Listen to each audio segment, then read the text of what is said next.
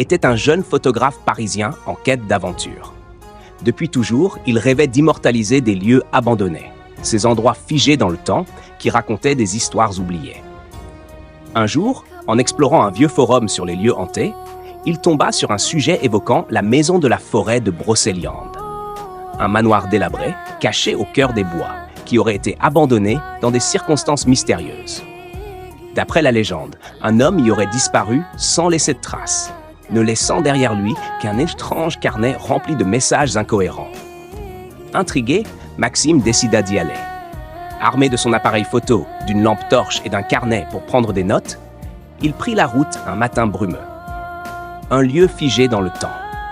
La maison était bien plus impressionnante qu'il ne l'avait imaginé.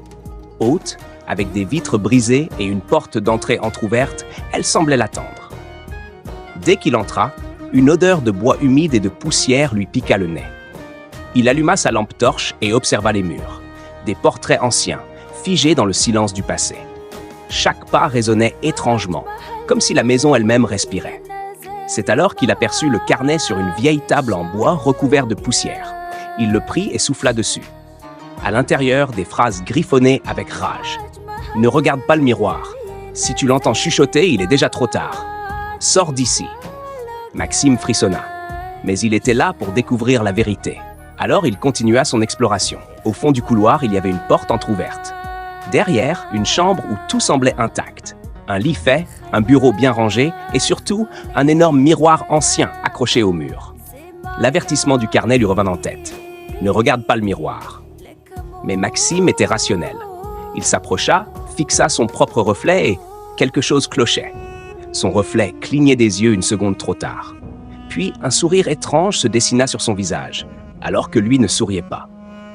Le Maxime du miroir bougea sans qu'il ne le fasse. Il leva une main pour toucher la surface. Et au même moment, une voix murmurante résonna dans la pièce. « Pourquoi es-tu venu » Maxime sursauta et recula, son cœur battant à tout rompre.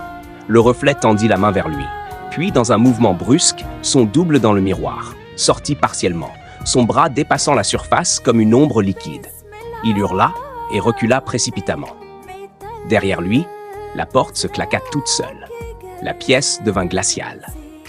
Le miroir vibrait. Maxime attrapa son carnet et griffonna frénétiquement une phrase. « Il est dans le miroir. Ne regarde pas.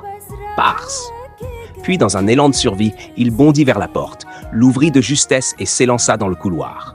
Le murmure derrière lui devint un cri strident. Il dévala les escaliers, ouvrit la porte d'entrée en trombe et s'élança dehors, courant jusqu'à sa voiture. Alors qu'il reprenait son souffle, les mains tremblantes sur le volant, il jeta un dernier regard à la maison à travers le rétroviseur. La porte était à nouveau entr'ouverte. Et, dans l'ombre de l'encadrement, quelque chose l'observait encore. Il démarra en trombe, le cœur battant à tout rompre. Il ne revint jamais.